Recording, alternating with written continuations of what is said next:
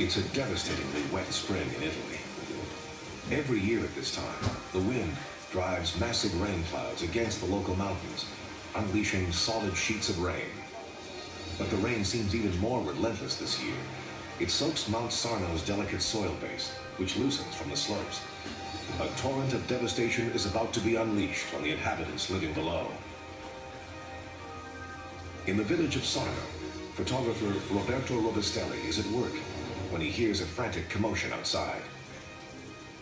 I noticed many cars coming down the mountain going in the wrong direction. Motorists were honking their horns, turning their lights on and off, trying to warn people. I could hear people screaming, the mountain is falling, the mountain is falling.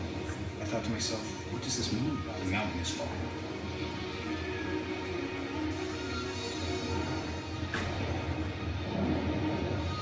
The mountainside collapses, sending a deadly black tide smashing down on the village, raging through the streets, looking for victims. I heard a rumbling sound. I barely had time to turn around and see what was coming towards me. It was something I had never seen before. It was an immense and very high black wave. The smell of dirt was very strong. I didn't even have time to close my eyes or my mouth. I was swept away from the house and garage by the mud.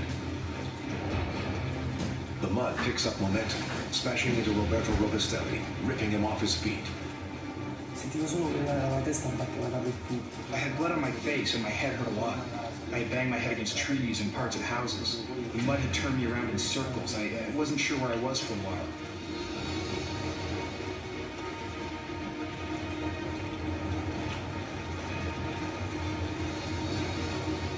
At that moment, another mudslide approached in my direction. This one pushed me another 5 or 6 yards against the wall of the house. I thought at first the house was falling, but it was the force and pressure of the mud against me that gave me that sensation. Ambulances scream through the streets, even as more mud is flowing down.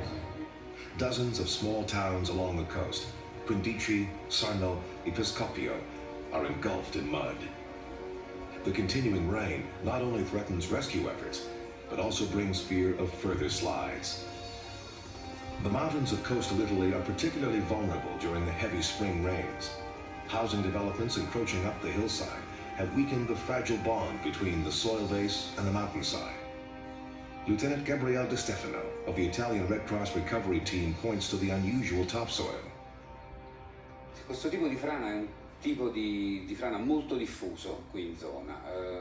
This type of landslide is a very common landslide here in the area because of the volcanic soil deposited by eruptions of Mount Vesuvius over time.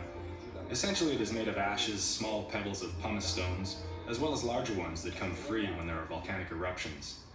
It is a material that is easily saturated with water and doesn't have much adherence with the base of the limestone soil underneath, and it tends to swell and act like a river of mud and flows exactly as if it were lava.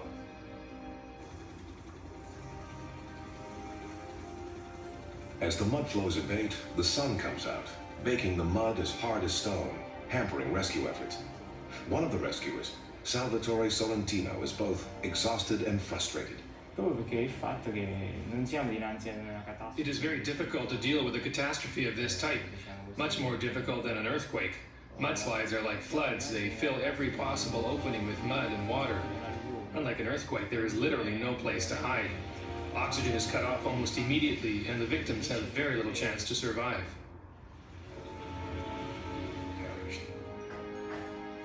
In the aftermath, experts work toward better ways of predicting these mudslides. Technology is part of the answer.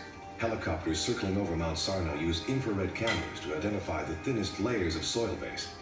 Additionally, sensors will be embedded in the ground.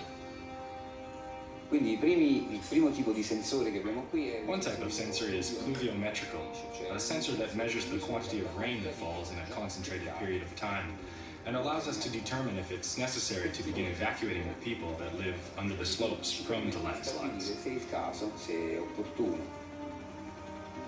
Since the catastrophe, over 40 weak spots on the mountainside have been identified, further slides waiting to happen. By now, experts realize that it takes far less rain than previously thought to loosen the volcanic soil of Mount Sarno. Early warning methods are vital to the survival of those living below the mountain. These black tidal waves are not new to Sarno. For centuries, people have tried to devise ways to deal with sudden torrents of mud. Si provvedeva a creare dei canali. One plan is to reconstruct an old network of channels that was present here in Campania since the 1700s that caused flows of mud and water to be diverted. These villages were built with channels to provide a measure of safety during a torrential rainfall. Generalmente troviamo in una frana. As people encroach more and more onto the mountain and the glue of ground vegetation is lost, even mild spring rain can turn tragic. Replanting vegetation, early detection systems, and diversion may help prevent further disasters. But still, life in the shadow of Mount Sarno in spring will always be like living under the volcano. Roberto Robustelli returns to where he was trapped and sees his handprints that remain on the wall. He marvels that he's still alive.